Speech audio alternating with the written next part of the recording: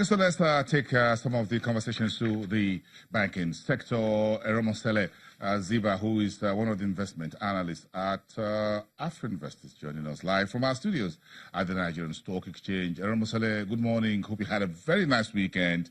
Let's talk about the state of the banking industry. Of course, in the last few weeks, it's been more, folks are focusing more on the state of the banking industry, not with the Sky Bank, now Polaris Bank scenario. But let's stick with the big banks. You folks at Afrinvest are getting your banking industry report ready for the NESG summit later this month. So let's have just a sort of a sneak preview, as it were. So let's stick with the tier one lenders. What is the state of these? Of the banking industry, if we use these big boys as a mirror? Okay. Good morning, boss, and thank you for having me. Like you rightly mentioned, looking at the Nigerian banking industry, I mean, I think you can give kudos to the Central Bank of Nigeria with the current state of the industry. As you can see, the apparent strength of the domestic banking industry. I mean, just looking across a number of metrics, looking at capital adequacy ratio, for instance, where you have most majority of the Nigerian banks adequately capitalized beyond the minimum requirements that are set by the CBN. Also looking at it in terms of return on equity, you have quite a number of banks, especially the tier one banks, with about a double-digit return on equity. And I mean, for the likes of like GT Bank, for instance, you have ROE of up to 30%. I mean, when you look at this performance relative to peers from other African countries, you can see that Nigerian banks are really in a healthy position. And like you mentioned, with these big boys, the tier one banks that you mentioned in the industry, which currently account for somewhere between 75 to 80% of the industry, I mean, this could definitely be used as a yardstick for measuring the state of the industry. Okay, so when we look at where if you look at the state of the banking sector right now, Eronmosele, and where folks says, credit is moving more through the tier two banks and less of the tier one, what's your outlook on the earnings we're expecting from these big banks when the third quarter numbers start coming in, the early birds, maybe this week, maybe next week? Yeah, I mean, the general outlook still remains quite positive. But like you mentioned, yes, we've seen loan growth slow in the industry, especially from tier one players, given the perceived risk within the environment. It appeared that the banks were more adverse to extending credit, and as opposed to that, we saw increased trading income. So we had a lot of banks taking advantage of the attractive yields in the fixed income space, and this has been a factor that has sort of propped up performance. But I mean, that's not necessarily sustainable in the sense that we've seen yields trend lower from the high levels that we had last year. So there's definitely going to be that need to return to the strategy of extending credit, but obviously we expect that they would still remain quite cautious in extending credit in order to mitigate any negative impacts that it could have on their capital buffers, as they all try to keep their non-performing loans within the stipulated limits that have been set by the CBN. But by and large, the expectation for their numbers is quite positive for the quarter. But then if you look at, if the big banks are not expanding their credit portfolio, Eronmosele, and their non-performing loans, is also a big issue for them. So should anyone be worried about these big banks, as it were, in any form? Because you are in business not just to collect deposit, you have to give out loans. Yes.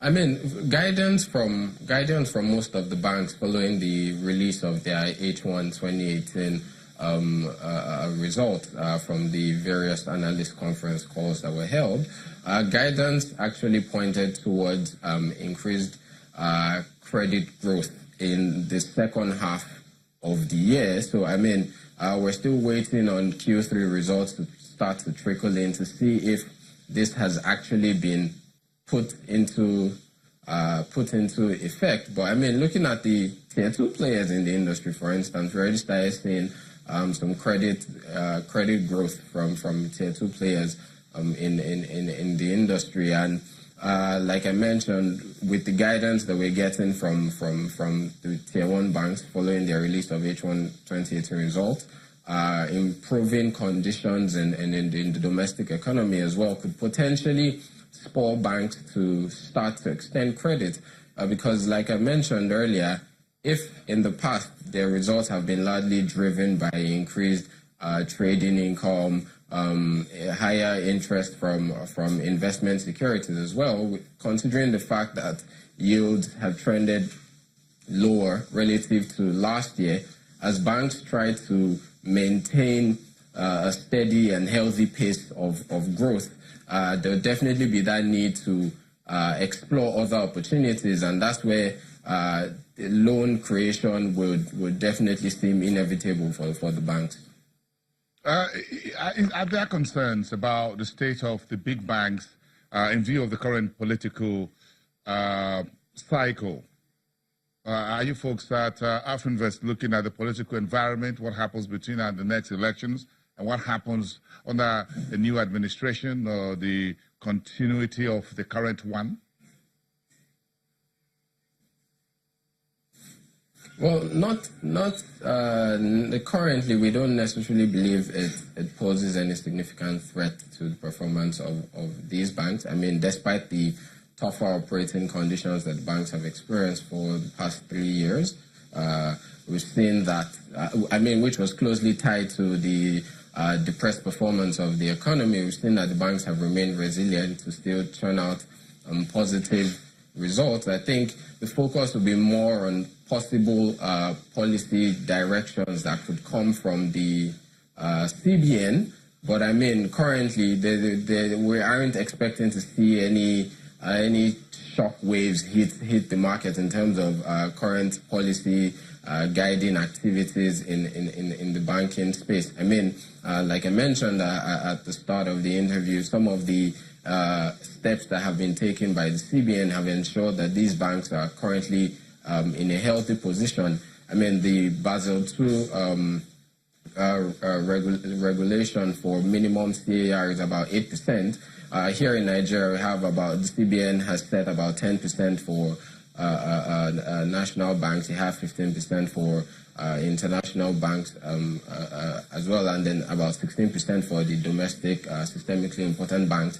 And majority of the banks have remained above this minimum. So, I mean, if you compare capital adequacy ratios of Nigerian banks, looking at the big guys, relative to other African peers across Egypt, Kenya, Ghana, and even South Africa, I mean, the Nigerian banks are in quite a healthy position with the highest capital adequacy ratio compared to these other regions. That's if you take an average. Well, has it been a very good year so far for these tier 1 banks in terms of their return on investments year to date? Well, now we're talking price performance in the market. Oh, yes. Okay, well, I mean, price performance in the market has been quite negative. You know, in January, when we still had a rally in the market with the benchmark index rising as high as 17%, but since then we've seen steady sell-offs that have currently driven year-to-date performance to about 15%. I mean, the banks have not been excluded from this downturn in market performance, even though there's the broader the broader factor which has stoked the generally negative sentiment towards emerging market assets. And I mean, if you look at other African countries and other emerging markets, you can see that majority of these markets are also down in the red. I think here in Nigeria, the political uncertainty as well has also dragged sentiment in the market. So looking at these tier one players that we're talking about, almost all of them are down in the red year to date. But again, we note that this isn't necessarily reflective of the performance of these banks, because if you look at their ROE, for instance, a key metric by which the performance of banks is measured, you can see that Nigerian banks are actually outperforming a lot of their peers. I mean, currently you have Nigerian banks average ROE of about 18%. I mean, if you are to exclude FBNH, for instance, which is the only tier one bank that had an ROE in single-digit region, then you'd have an average ROE closer to about 21-22%, which is quite significant. I mean, it's only the Egyptian banks with an average of about 25% that are performing better than Nigerian banks. What is more instructive is let's leave it there for today. This performance. My apologies. Let's leave it there for today. You just give us that particular one to wrap it up. Thank you very much, Eronmosele Aziba, one of the investment analysts at Afrinvest, live from the Nigerian Stock Exchange, where studio is. Thank you about the tier one banks.